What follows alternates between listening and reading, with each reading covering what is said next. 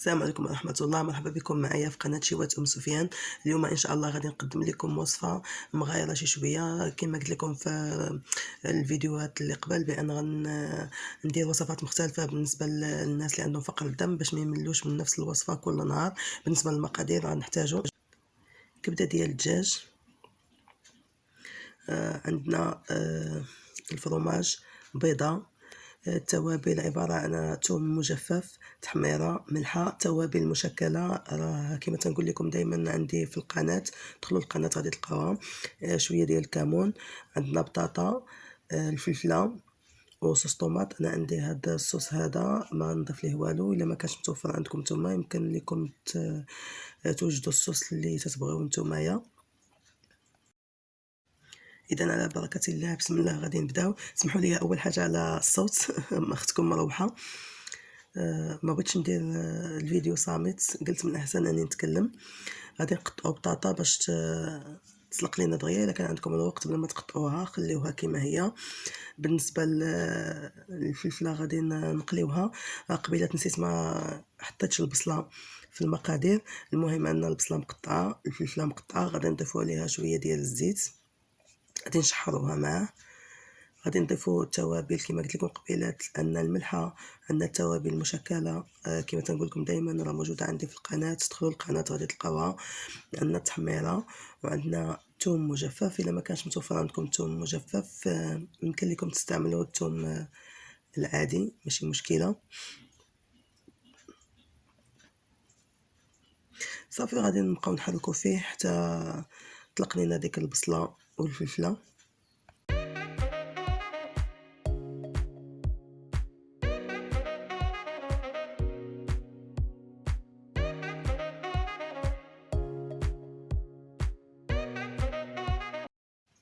غادي نضيفوا القلب اللي تيكون مع الكبده حتى يشد هو شويه الوقت، ما غاديش نضيفوه في نفس الوقت ديال الكبده. ملي غادي تشحر لينا المكونات كامله غادي نضيفوا الكبده. كما تلاحظوا غادي نضيفوا الكبده راه دغيا تطيب، خصنا نزيدوا البوطه شي شويه باش تطيب لينا دغيا والقيمه الغذائيه اللي فيها ما تمشيش. وكما تنقول لكم الكبده ما خصناش نطيبوها بزاف. اول حاجه تولي ما زويناش في المذاق وتتولي قاصحه، وثاني حاجه باش تبقى ديك القيمه الغذائيه اللي فيها بالنسبه لاصحاب فقر الدم. هنا كما تلاحظوا غادي نقشر بطاطا، غنقشرها وهي سخونه باش نمعسوها تماس لينا، لان خليناها تبرد ما غاديش تماس لينا. ما قشرتهاش كامله، قشرتها شي حاجه شويه بشويه باش ما تبرد لياش. ضفت عليها الفرماج، من بعد غادي نضيف بقيه بطاطا وغنمعسها، وغادي نضيف المكونات اللي باقي ليا ديال التوابل وبيض بيضه. وكما تلاحظوا في الصور تتمت الوصفه. واسمحوا لي كما قلت لكم مره اخرى على هذا الصوت.